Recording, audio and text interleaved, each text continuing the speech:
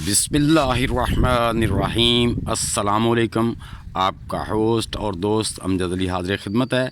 आप गार्डन कर रहे हैं या करना चाहते हैं तो गर्मियों की सब्जियां लगाने के लिए ये चंद बातों का ख्याल रखना बहुत ही ज़रूरी है। पहले नंबर पे जो भी आप सब्ज़ी लगा रहे हैं, सर्दियों की लगा रहे हैं या गर्मियों की लगा रहे हैं, उसका परफेक्ट मौसम और उसका टेम्परेचर, किस टेम्परेचर में उसको हम उगाएंगे तो हमें उसका बेनिफिट ज़्यादा मिलेगा।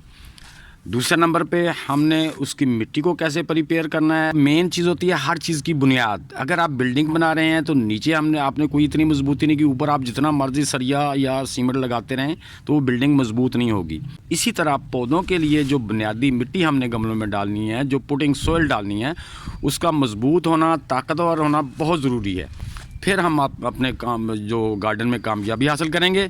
तो इसके लिए दोस्तों सबसे पहली जो बात है कि हमें टेम्परेचर मालूम होना चाहिए कि हमारी जो वेजिटेबल है उनके लिए बेहतरीन टेम्परेचर कौन सा है, उसका मौसम कौन सा है। गर्मियों की सब्ज़ियां लगाने का मौसम शुरू होने वाला है, तो उसके लिए तो ज़्यादा मैं सर्दियों का भी आपको बता दूं कि सर्दियों में जो सब्ज़ियां उगाई जाती हैं उनके लिए जो टेम्परेचर होना चाहिए आपने बीज ग्रो करने के लिए, वो 15 से 24 होना चाहिए, जिसमें आपके बीज जो है ना वो अच्छी तरह जर्मिनेट करेंगे और उनकी ग्रोथ भी अच्छी होगी और अच्छा ही फ्रूट देंगे आपको। दूसरे नंबर पे गर्मियों की सब्जियों के लिए टमाटर हो, बैंगन हो, करेला, जो भी सब्जियां आप लगा रहे हैं उनको कम से कम 29 टेम्परेचर हो तो फिर आपने सीडलिंग करनी है।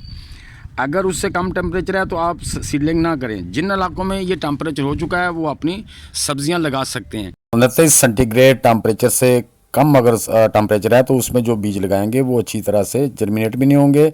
29 या इससे ऊपर टेम्परेचर हो जाए तो फिर आप अपनी गर्मियों वाली सब्जियों की सीडलिंग करें, उससे आपको जर्मिनेट रेट बहुत अच्छा मिलेगा और मौसम भी होगा। नंबर 3 दोस्तों, जब आपने गमला या कोई बर्तन जिसमें हम गर्मियों की सब्जियां लगा रहे हैं उसका साइज़ बड़ा होना चाहिए, क्योंकि टमाटर को भी बड़े साइज़ का गमला, कम से कम आपका जो गमला है टमाटर या बैंगन के लिए वो 15 इंच से बड़ा होना चाहिए। अगर 2 फुट का हो जाता तो बहुत ही बेहतर है। लेकिन जो बेल वाली जितनी सब्जियां उनके लिए बर्तन कम से कम 2 फुट का होना चाहिए, यानी कि 24 बाई 24 इंच का होना चाहिए, उसकी गहराई भी, लंबाई चौड़ाई भी, क्योंकि बेल वाली सब्जियां ज़्यादा टाइम रहती हैं। जितना बेल बढ़ेगी उतना ही फल लगेगा।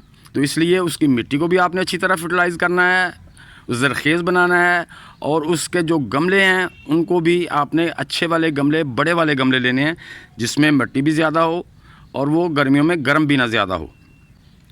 नंबर 4, पुरानी मिट्टी जिससे हम सब्ज़ियां ले चुके हैं उसमें खुराक की कमी हो चुकी है, तो जो पहले पौधे थे वो खुराक ले चुके हैं, उस मिट्टी को गमले या बर्तन से निकाल लें। इस तरह उसको निकाल के आपने फैला देना है, 2-3 धूप लगानी है ताकि वो नीचे तक, ये देखें ऊपर तक सूख गई है, इसको 1 दिन हो गया। अब 2-3 दिन हम इसको हिलाएंगे ऐसे आज फिर तो ये और भी सूख जाएगी। ये तकरीबन 3 दिन की धूप में जो है ना हमारी मिट्टी जो है ना वो ड्राई हो जाएगी। उससे ये होगा कि सूरज की रोशनी से और हवा से कुदरती तौर पर इस मिट्टी में नाइट्रोजन और कैल्शियम की वाफर मिकदार कुदरती तौर पर शामिल हो जाएगी, इस तरह से हमारी मिट्टी जो है ना वो रिचार्ज हो जाएगी। तो नंबर 5 पे दोस्तों, मिट्टी खुश्क होने पर आपने 50% मिट्टी ले लेनी है, 30% इसमें लीव कंपोस्ट डाल लें और 20% इसमें गोबर या किचन डीकम्पोस्ट खाद मिलाकर एक पुटिंग तैयार करके अपने गमलों में डाल के फिर आपने बीज को लगाना है। तो अगर आपके पास लीव कंपोस्ट नहीं है तो फिर आप उसके लिए 30% यानी कि 70% आप मिट्टी ले लें और उसमें जो है ना वो 30% गोबर या किचन वेस्ट डीकम्पोज मिला के उसमें भी बीज सीलिंग कर सकते हैं। अगर आपके पास ये दोनों चीज़ें नहीं हैं, आप केमिकली तौर पे करना चाहते हैं, तो आप 15 इंच के गमले में 1 टीस्पून DAP का डाल के ऊपर वाली 5-6 इंच मिट्टी में, तो उसको मिक्स करके उसमें भी सीडलिंग और प्लांटिंग कर सकते हैं। अगर आपकी मिट्टी में ही जान नहीं है तो एडिशनल खादें इतना काम नहीं करती, क्योंकि हमारे पॉट में एक महदूद मिट्टी होती है, उसी में से उसने अपने खुराक लेनी होती है। नंबर 6, गर्मियों में प्लास्टिक के गमले या बर्तन गर्म हो जाते हैं और मिट्टी भी गर्म हो जाती है, जिससे पौधे के रूट्स मुतासर हो जाते हैं। तो कोशिश करें कि आप गमले लें मिट्टी के या लकड़ी के बॉक्स बने हों, या फिर इस तरह से थर्माकोल के बॉक्स लेके उसमें भी आप अपनी वो जो गर्मी वाली सब्जियां हैं वो उनकी सीलिंग कर सकते हैं। उससे ये होता है कि थर्माकोल में जो वो बाहर से गर्मी लगती है तो मिट्टी गर्मी को, हीट को अंदर नहीं जाने देती। उससे जो पौधे के रूट्स होते हैं वो महफूज रहते हैं। या फिर आप उसको ये कर लें कि आप उस पर ग्रीन शेड ज़रूर डालें ताकि हमारे जो गमलों की मिट्टी है वो गर्म ना हो।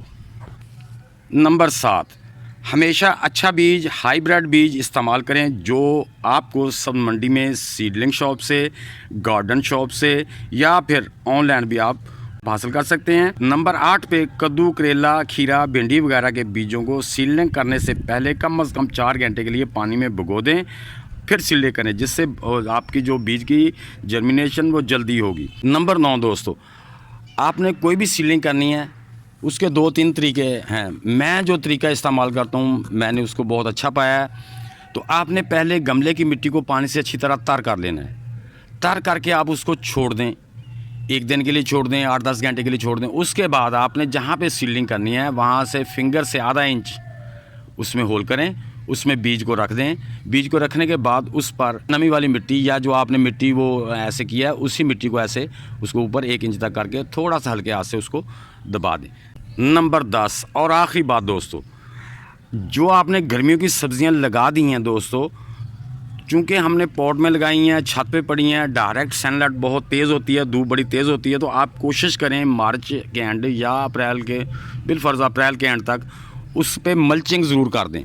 मल्चिंग से दोस्तों ये फ़ायदा होगा कि आपकी जो पौधे की मिट्टी अंदर गमले की मिट्टी है उसकी जो धूप लगने से उसकी नमी खुश्क नहीं होगी, नमी बरकरार रहेगी। इस तरह मिट्टी में नमी बरकरार रहेगी। दूसरे नंबर पे जो हमने मल्चिंग की होगी तो वो ऐसा खुद ही डीकम्पोज होके पौधे को सेल्फ फर्टिलाइज़र मिलने शुरू हो जाएगी। तो ये जो मल्चिंग है इसके 2 फ़ायदे का, उस चीज़ों की मल्चिंग करेंगे जो जल्दी से डीकम्पोज हो जाएं, मसलन केले के छिलके हैं या ग्रीन लीवी वेजिटेबल के छिलके हैं, उनको काट के ब्रीक कर लें, ब्रीक करके उसकी मल्चिंग कर दें। ड्राई लीव्स होते हैं उनको ब्रीक करके उनकी भी मल्चिंग कर सकते हैं, जिससे आपके पौधे की मिट्टी गर्म नहीं होगी, उनके रूट की हिफाजत रहेगी, नमी बरकरार रहेगी।